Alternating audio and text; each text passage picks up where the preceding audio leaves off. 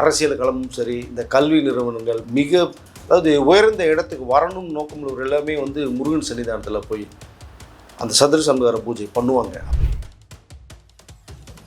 சும்மா இருந்த சங்கூதிக்கு எடுத்தது மாதிரி வான்னாங்க, வந்தார், கலக்கினார், மக்கள் மனசு கூட்டத்தை காமிச்சார், அன்பை சம்பாரிச்சார், வாக்கு சதத்தை வந்து கண்ணாப்பின்னு உயர்த்தி வச்சுருக்காரு. வாக்குகள் வந்து அதிக அளவு வந்து உளுந்திருக்கு டிவி கேக்கு மேலே.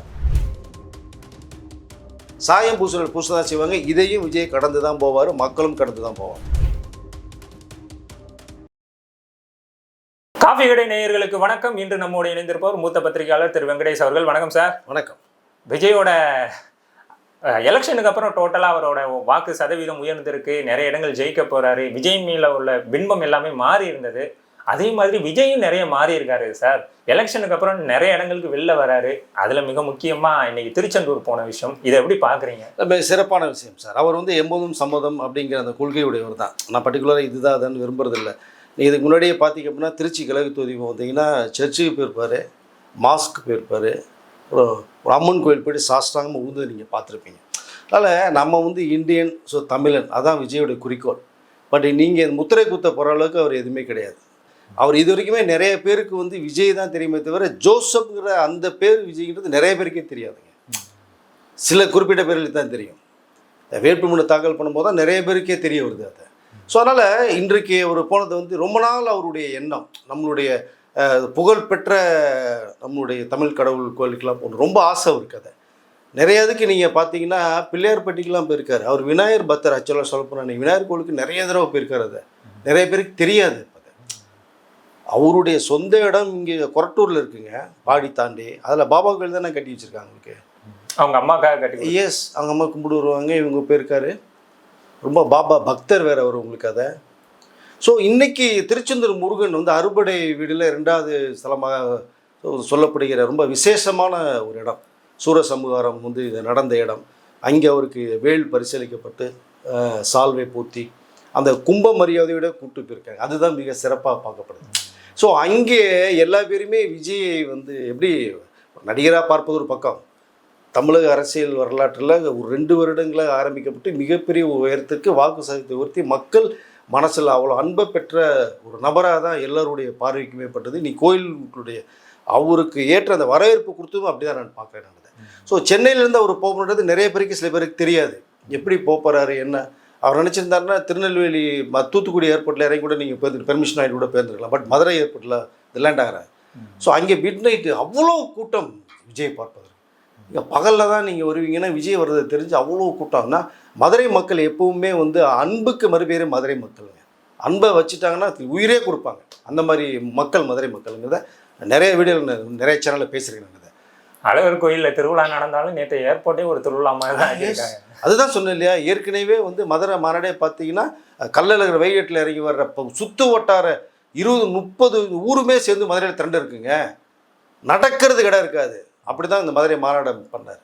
ஸோ அதில் மதுரை மக்கள் ரொம்ப அன்பானவர்களோட ஒரு தடவை போய் இறங்கி லேண்டாகி பார்த்துட்டு போகணுங்கிற அந்த ஒரு ஆசை, மதுரை மண்ணை மிதிக்கணுங்கிறதா.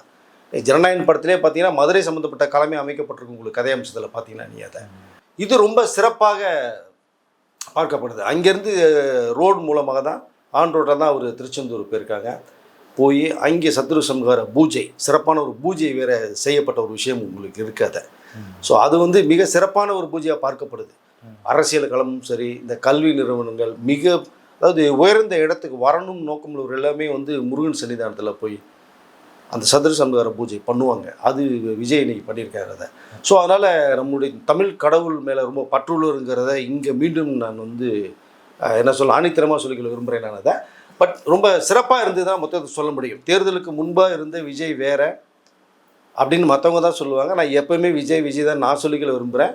அவர் பனையூரில் இருந்ததே வந்து மக்களுடைய சந்திப்புக்கு பக்கா பிளான் பண்ணாங்க. அரசியல் களத்தை நோக்கி தேர்தல் வரும்போது என்னென்ன மக்களுக்கு தேவை, மக்கள்கிட்ட போய் கேட்டுட்டு தான் அந்த தேர்தல் அறிக்கையை ரெடி பண்ணார். அவர் என்ன தேவை, உங்களுக்கு என்ன வசதி வாய்ப்புகள் வேணும், உங்களோட வாழ்வாதாரம் உயர்வதற்கு என்ன வேணுங்கிறத கேட்டு தான் அறிக்கையை ரெடி பண்ணார். அதுக்கு ஒரு குழு நியமிக்கப்பட்டது.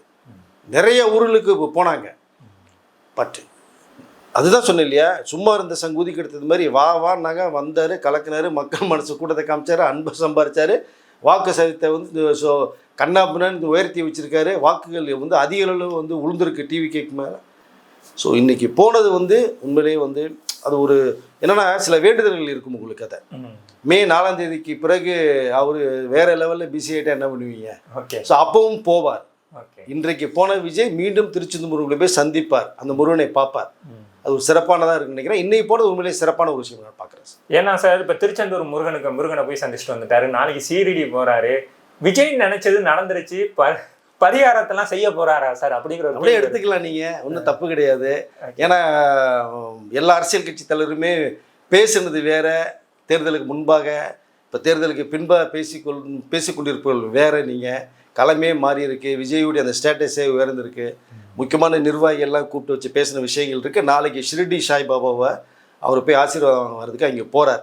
கரெக்டான ஷெடியூல் போட்டப்பட்டிருக்கு. கரெக்டாக போகிறாரு, பார்க்குறாரு, ஆசீர்வாதத்தை வாங்குறாரு.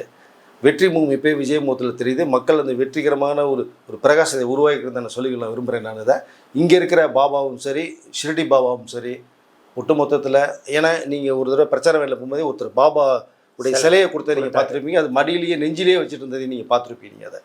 ஸோ அதனால் வந்து எல்லா கடவுளும் வந்து நான் வணங்குகிற கடவுள், நம்பிக்கையுரிய கடவுள் அப்படின்னாங்க.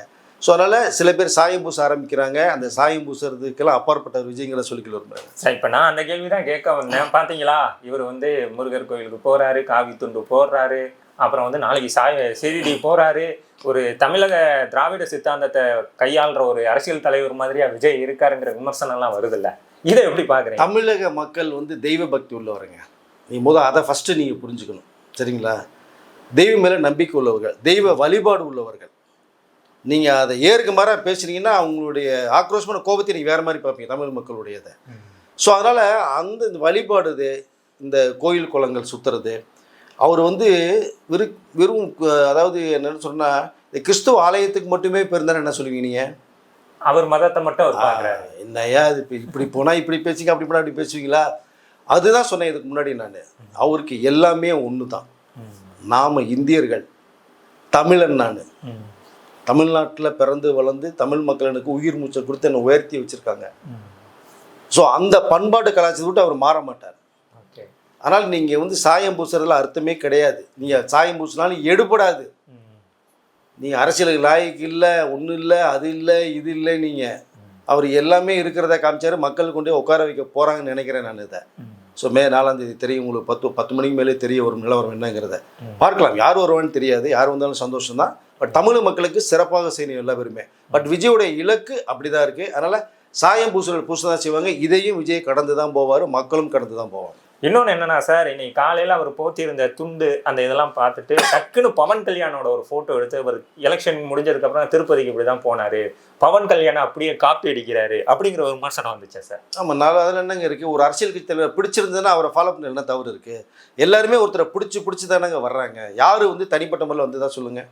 நான் எம்ஜிஆர் அவர்களுடைய வந்து வழியில் தான் போனேன்னு விஜய் சொல்லியிருக்காரு இல்லையா? இப்போ எம்ஜிஆர் பற்றுள்ளவர் தானே. ஸோ என்டி ராமரை பற்றி பேசியிருக்காரு, அவர் மேலே ஒரு பற்றுள்ளவர் தானே. இல்லை, பவன் கல்யாண் இப்போ இருக்கிறதுல பிடிச்சிருக்கு. அவர் ஒரு நடிகர், சக நடிகராக தெரியும். பவன் கல்யாண் அவர்களும் விஜய் அவர்களும் வந்து நிறைய தடவை நேர்கழி பார்த்துருக்காங்க, பேசியிருக்காங்க. அந்த ஒரு நட்பு இருக்கும். கோயிலுக்குன்ற ஒரு முறை இருக்குங்க. நீங்கள் வந்து கேரளா போய் பாருங்கள். நீங்கள் சட்டை போட்டுலாம் எந்த கோயிலுக்குலையுமே அலோடு கிடையாது. திருச்செந்தூருக்குள்ளே நீங்கள் பேண்ட்டும் போட முடியாது, வேட்டி மட்டும்தான் கட்ட முடியும், துண்டு தான் மேலே போட முடியும். நீங்கள் கேரளாவில் அத்தனை கோயில்களுமே, கன்னியாகுமரியில் இருக்கிற கோயில் அதான், திருச்செந்தூர் கோயில் அதான். உங்களுக்கு அந்த வழிமுறையை பின்பற்றுகிறார் விஜய். கோயிலுக்குன்னு ஒரு முறை இருக்குது. இப்படித்தான் இறைவனை போய் நம்ம கும்பிட்டுங்கிற அந்த முன்னோர்கள் வழிவகுத்த சில வழிகள் இருக்கு இல்லையா, அதன் பிரகாரம் தாங்க நீங்கள் போகணும். ஷார்ட்ஸோடு நீங்கள் போக முடியாது எங்கேயுமே. நீங்கள் ஃபுல் பேண்ட்டோட போகலாம் தமிழ்நாட்டு கோயிலில். கேரளா கோயிலில் நீங்கள் வந்து வேட்டி கட்டிட்டு தான் போக முடியும், துண்டு மேலே போட்டுக்கலாம். ஸோ அதனால் வந்து பட்டு வேட்டி பட்டு சட்டையோடு போனார். அந்த சட்டையை கலட்டினார், துண்டை போத்துட்டு போய் முருகனை போய் தரிசனம் பண்ணார். அதே வேட்டி சட்டையோடு தான் சென்னை வந்து இறங்கினார்.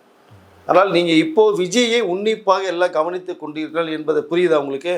ஏன்னா சார், எலெக்ஷனுக்கு முன்னாடி விஜய் மேலே எல்லாரோட பார்வையும் இருந்தது, எலெக்ஷனுக்கு அப்புறமும் விஜய் மேலே பார்வை இருக்குது. அதற்கான சூழல் அமைஞ்சிக்கிட்டே இருக்குது.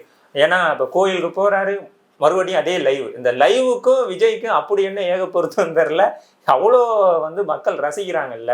மக்கள் ரசிக்கும் தலைவராக விஜய் மாறிட்டாரா? எளிய மக்களின் தலைவனாக இருக்காருங்க. ஃபர்ஸ்ட் நீங்கள் அதை தான் நீங்கள் புரிஞ்சுக்கணும். ஓகே, மக்களுடைய அன்பை பெற்ற தலைவராக இருக்கார். மக்களை புரிந்து கொண்ட தலைவராக இருக்கார். மக்களுடைய மனசில் போய் உட்காந்துருக்க ஒரு தலைவராக இருக்கார். ஒவ்வொரு வீட்டுக்குள்ளேயும் இருக்கிற ஒரு தலைவனாக விஜய் இருக்கார், சுருக்கமாக சொல்லப்போனால். அதனால் அவர் பார்த்தால் கூட்டம், நடந்தால் கூட்டம், போனால் தெரு திருவிழா அப்படிங்கிற சில அடைமொழிகள் வச்சு நிறைய பேர் பேசிகிட்டு இருக்காங்க, தெரியும் உங்களுக்கு அதை. அதனால் மக்கள் மனசில் இடம் பிடிக்கிறதா கஷ்டம். ஸோ அது இடம் பிடிச்சிருக்கார். மற்றவர்களுக்கு அதுதான் ரொம்ப பொறாமையாக இருக்குது. அது பெண்கள் மனசில் இடம் பிடிக்கிறது சாதாரண விஷயம் கிடையாது. ஒரு அம்மாவாக, ஒரு சகோதரியாக, ஒரு தங்கையாக ஒரு பார்ப்பதுன்றது வந்து சாதாரண விஷயம் கிடையாது. அவருடைய மனசில் இப்போ இடம் பிடிச்சிருக்காரு. அதனால் விஜய் எங்கே போனாலுமே இப்போ அவருடைய எல்லாருடைய பார்வை விஜய் மேலே திரும்பி இருக்கு. எல்லாருடைய கேமராவும் விஜய் பக்கம் திரும்பி இருக்கு. நேஷனல் மீடியாவே விஜயை பற்றி நிறைய விஷயங்கள் பேச ஆரம்பிச்சிருக்காங்க. இப்படி ஒரு தலைவனை பார்க்க முடியல, ஷட் அண்ட் பீரியடில் ஆரம்பித்து மக்கள் மனசில் இடம் பிடிச்சிருக்காரு. அவர்களை பற்றின விஷயங்கள் நிறைய வெளியில் வராமையே இருக்குது. நிறைய வெளிப்படுத்துங்க நல்ல விஷயங்களை அப்படிங்கிற அளவுக்கு நேஷனல் மீடியா பேச ஆரம்பிச்சிருக்காங்க. இப்போ அதனால் அவர் எங்கே போனாலும் இந்த லைவில் போகிறதுன்றது இனிமேல் அதிகப்படியாக தொடரும்னு சொல்லிக்கல விரும்புகிறேன். எலெக்ஷனுக்கு முன்னாடி விஜய் பெருசாக ஓட்டு வாங்க மாட்டார், பெருசாக ஜெயிக்க மாட்டார், ஒரு 5% வாங்குவார், 10% வாங்குவார்னு சொல்லிக்கிட்டு இருந்தாங்க. எலெக்ஷனுக்கு அப்புறம் எந்த ஒரு கேள்வி கேட்டாலும் இப்போ எதுவும் சொல்ல முடியாது, மே 4க்கு அப்புறம் பார்த்துக்கோங்கிற ஒரு சூழலுக்கு வந்திருக்குல்ல, இதை எப்படி பார்க்குறீங்க? அதே சொல்லலாம்ல, இப்போ ஒன்றும் தப்பு இல்லைல்ல. ஜெயிக்க மாட்டார், வெற்றி பெற மாட்டார், ஓட்டு அதே சொல்லிட்டு போகலாம்ல. ஆனால் இதை சொல்லி சொல்லி சொல்லி தான் மக்கள் மனசை வந்து இவர்களே மாற்றிருக்காங்க. என்னையா ஒரு ஆளை போய் சுற்றி சுற்றி இப்படி பண்ணீங்கன்னா நாங்கள் வர வைக்கிறோம், நாங்கள் ஓட்டு போடுறோம், நாங்கள் நம்பிக்கை தர்றோம் அப்படிங்கிறத பார்க்க முடியுது. அதனால் எத்தனை தொகுதியில் வெற்றி பெறுவாங்கிறது இப்போவே கிட்டத்தட்ட பார்த்தீங்கன்னா வெற்றி பெறக்கூடிய தொகுதியில் முக்கியமான வேட்பாளர்களை வந்து அழைச்சி பேசியிருக்கார் விஜய். ஆமாம், கிட்ட 40க்கு மேற்பட்ட தொகுதிகள் வந்து 50,000க்கு மேற்பட்ட வாக்குகள் வரக்கூடிய ஒரு சூழ்நிலை இருக்குது.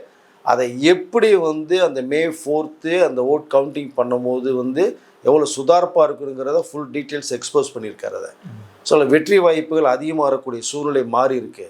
சதவீதம் நிறையா மாறி இருக்கிறனால தான் மே 4 பிறகு தான் இந்த சதவீதம் உயர்ந்ததே வந்து விஜயனால், இவ்வளோ வாக்குகள் வந்தது விஜயனால்.